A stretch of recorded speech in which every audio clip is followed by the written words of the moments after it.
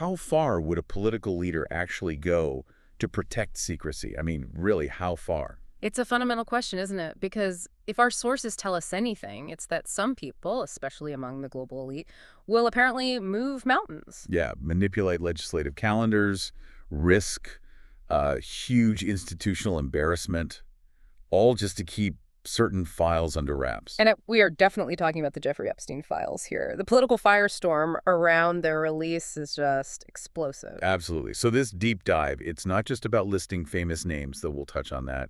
It's really about this direct fight for control over information. Right. It's where, Washington procedural games collide head-on with international finance, global power, the whole system. Our mission today is to zero in on the most intense part of this conflict, that procedural showdown in the U.S. House. Mm-hmm. We're looking at these, well, frankly, extraordinary alleged moves by House leadership to block a key vote on transparency. And the federal lawsuit that came next, which is incredibly rare. Exactly. And what this whole mess tells us about the network Epstein managed to build. If you think DC chaos is just normal, well, this really shows the lengths they'll go to when institutional power feels threatened.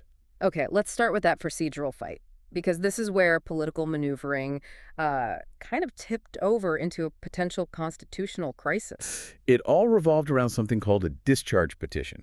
Now, for anyone not familiar, this is basically a tool Congress has, a last resort, really. Yeah, it lets members bypass the speaker, bypass the committees, and just force a vote directly on the House floor. But you need the numbers. You need the numbers, specifically 218 signatures. That's an absolute majority of the House. And the goal here? Force the Justice Department to release everything related to Epstein, all the records. The push started with Democrats folks like Ro Khanna, Mark Veazey, but, and this is key, it picked up steam with Republicans too. Thomas Massie got behind it. Which signals it wasn't just partisan politics. There was a real cross-party interest in getting these files out. Exactly. And that put the Speaker, Mike Johnson, in a really tough spot. Because if they hit 218 signatures... leadership loses control. Completely. That vote happens whether they want it or not. Yeah. And those files could become public fast. So the sources we looked at detail this pretty aggressive blocking strategy. Some might even say brazen. Okay, what did he do? Well, first, Johnson said publicly, no vote on the Epstein stuff until after the August recess. Standard delay, perhaps. Right, kick the can down the road. But then things got weird. He suddenly moved to put the House into recess earlier than scheduled. Earlier. Just like that. Yeah. Canceling other votes. Yes, canceling other planned votes. The justification he reportedly gave was needing to give the Trump administration space to do what it is doing. Kind of vague. But the core allegation, the real political dynamite here, it centered on that one missing signature, right? The 218th. Precisely. The claim is that Johnson specifically needed to delay the swearing-in of Representative-elect Adelita Grijalva. Because if she was sworn in, she could provide that 218th signature, she could sign the petition, get the majority, and boom, force the vote on the Epstein files. So delaying her swearing in was allegedly a direct procedural move using the Speaker's power, specifically to keep those files secret. That's the allegation, using the levers of power for secrecy. Wow. That's a calculated risk, basically sidelining an entire district's representation just to stop one signature on one petition. A huge risk. And this is where it gets even more interesting. It didn't just stay a political fight in the House corridors. No. Someone took it to federal court, which, challenging internal House procedure like that, it's incredibly rare. So who did that? Arizona Attorney General Chris Mays. On October 21st, she filed a federal lawsuit. Okay. And the argument? That Johnson refusing to seek Grijalva violated the Constitution and voting rights. It was a direct legal challenge to his legislative tactics. And the lawsuit itself, was it strongly worded? Oh, very. It called Johnson's actions a flagrant abuse of authority, a blatantly partisan power play, essentially arguing he was protecting powerful interests from scrutiny. Strong language. So how did the court rule? Did Johnson win? Not at all. It was a legal disaster for him. The federal court just swatted his defense away, terminated it as obviously baseless. Obviously baseless. Ouch. Yeah, a complete and pretty humiliating legal loss. Not just politically embarrassing, but institutionally damaging. It raised serious questions about his judgment, his leadership, gambling on secrecy and losing that badly in court. That whole legal battle really underscores how much energy is behind this push for the files. Yeah. It really begs the question, doesn't it? What kind of network, what kind of connections are so powerful, so sensitive, that protecting them justifies risking a constitutional fight and getting slapped down by a federal court? Exactly. Which brings us to the next point. What or who were they fighting so hard to keep hidden? We need to talk about the global network Epstein built. He was known for collecting compromising material, wasn't he? The sources mentioned him recording people getting dirt. Yeah, he apparently boasted about having damaging information on powerful people. It was part of his MO, his way of maintaining influence. And that infamous contact book, even heavily blacked out when it finally came out in 2025, the names were still staggering. A real cross-section of the global elite. You had major political figures, Bill Clinton, Donald Trump mentioned, tech titans like Elon Musk, Mark Zuckerberg, even Stephen Hawking. The sheer breadth of those connections explains some of the panic, you'd think. And it went beyond the U.S. It stretched into geopolitics, into royalty. Prince Andrew is maybe the most prominent example of the fallout. Right. King Charles eventually moved to strip him of his titles and honors in October 2025. He became just Andrew Mountbatten Windsor. But that wasn't just about the initial association either. New details kept emerging, like his continued contact with Epstein even after Epstein's 2008 conviction. There was that email from 2011, right? Where Andrew reportedly told Epstein something like, "We're in this together." And suggesting they meet up after Epstein got out of prison. But beyond the emails, there were these other, newer revelations. What were those? Allegations that Andrew actively tried to undermine Virginia Giuffre, one of his main accusers. How? Documents suggest he asked one of his own police protection officers to dig and find damaging information about her. Wait, using his security detail? Yeah. Potentially state resources? That's the implication. A potential cover-up attempt using official channels. It shows the lengths people might go to. So you have the political class implicated, royalty. But let's connect this back. To understand why someone like Speaker Johnson might risk so much, we have to follow the money, don't we? Absolutely. The real shield isn't just procedural tricks. It's often wealth, institutional wealth. Yeah. Epstein's operation wasn't just about connections. It needed money and ways to move it quietly. Which brings J.P. Morgan Chase into the picture. Sharply into focus. The U.S. Virgin Islands sued J.P. Morgan, remember, alleging the bank basically enabled Epstein's criminal activities, helped him prosper. And that ended with a huge settlement, right? Yeah, $105 million in 2022.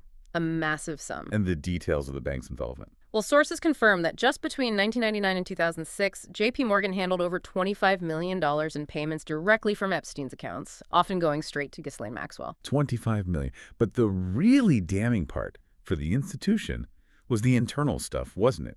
The emails, the compliance worries. Yes, this is a key insight from the sources. You see internal bank communications going way back to 2010, 2011, where employees clearly worried, deeply concerned. Like what? Well, one compliance employee literally wrote, "My fear is will all our touting of goodwill on the human trafficking work if anyone should ever say, yet we bank Epstein, a known child sleaze." Wow. They knew exactly who he was, what the perception was, a known child sleaze. Stark language. Another employee noted internally, "This is the guy who likes young girls, correct. Hope they do not cave." Meaning, cave to pressure to keep him as a client. But they did keep him as a client, didn't they? For a while, at least. Seems the financial incentives won out over the internal alarms, which were ringing pretty loudly based on those messages. It really highlights how wealth can buy more than silence. It can buy, well, institutional complicity. The system flags the risk, but the money talks louder. It's a classic pattern, unfortunately. Okay, so moving towards the present. Even with Johnson's procedural block getting slapped down by the court, the battle for actual, full transparency is, well, it's probably far from over. Definitely not over. Because controlling the narrative, controlling what actually gets released, that's still possible. Remember Judge Engelmeyer's ruling. Refresh my memory on that one. He denied the unsealing of certain grand jury materials related to Ghislaine Maxwell. And interestingly, he basically called the Trump administration's public reasons for wanting them released disingenuous. Implying the motive wasn't pure transparency. Suggesting there might have been other agendas at play. It shows how complex controlling the release of information can be. So even if that discharge petition eventually succeeds, even if the House votes to force the DOJ to release records, there are still ways to limit the damage, right? Oh, absolutely. The sources explicitly warn about this. Think Redactions, classifications, privacy claims, these are powerful tools. So the files might come out, but they could be full of black ink, basically useless for true accountability. That's the risk. You get technical compliance, maybe, but not real transparency, which just fuels more public suspicion. And speaking of suspicion, the circumstances of Epstein's death itself continue to fuel that demand for full disclosure, don't they? It absolutely does. It hangs over everything. Officially, yes, the ruling was suicide by hanging. The NYC chief medical examiner said so. The DOJ inspector general confirmed it in June 2023. Case closed, officially. Right. But there was the pathologist hired by Epstein's own lawyers, Michael Baden, a well-known figure. And he disagreed. Strongly.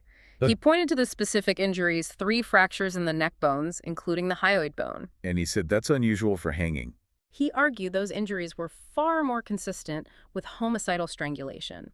Now, other medical experts debate this, whether hanging can cause such breaks. But Baden's assessment put it out there. And the severity of those injuries, even if possible in a hanging, seems uncommon in jail suicides. It keeps the questions alive. It ensures the public remains skeptical and keeps demanding answers, demanding the full picture. Okay, so let's try to synthesize this. Yeah. What does this whole tangled web really mean for you, the listener? Well, I think this deep dive shows the fight over the Epstein Files isn't just some sideshow. It's not just a DC squabble. No, it connects right to the heart of power. Washington procedures, yes, but also international finance. Look at J.P. Morgan and the absolute highest levels of global influence, like the British monarchy. And that federal lawsuit against Speaker Johnson, his loss there, that was a rare moment, a real pushback against using procedural power to enforce secrecy. It shows just how intense the pressure for disclosure really is, and it's bipartisan pressure. But the ultimate shield, as our sources suggest, seems to be wealth, financial opacity. Yeah. The money trail at J.P. Morgan, the political chess game in Congress over one signature, the compromises involving royalty. It all points to this system where, pay to play isn't just about lobbying. It runs deep. And it will fight hard, even break norms, to protect itself. The big takeaway seems to be that when the systems meant to protect people are compromised by money and politics, getting the whole truth out is always going to be a struggle. A negotiation, maybe. Exactly. So the provocative question to leave you with is this. If financial secrecy is the ultimate shield for the powerful, what tools should we be watching for next? What economic levers, what legal strategies might actually pierce that veil of financial opacity and bring real accountability? Because that's where the real defense always seems to start, isn't it? With the money. Something to think about.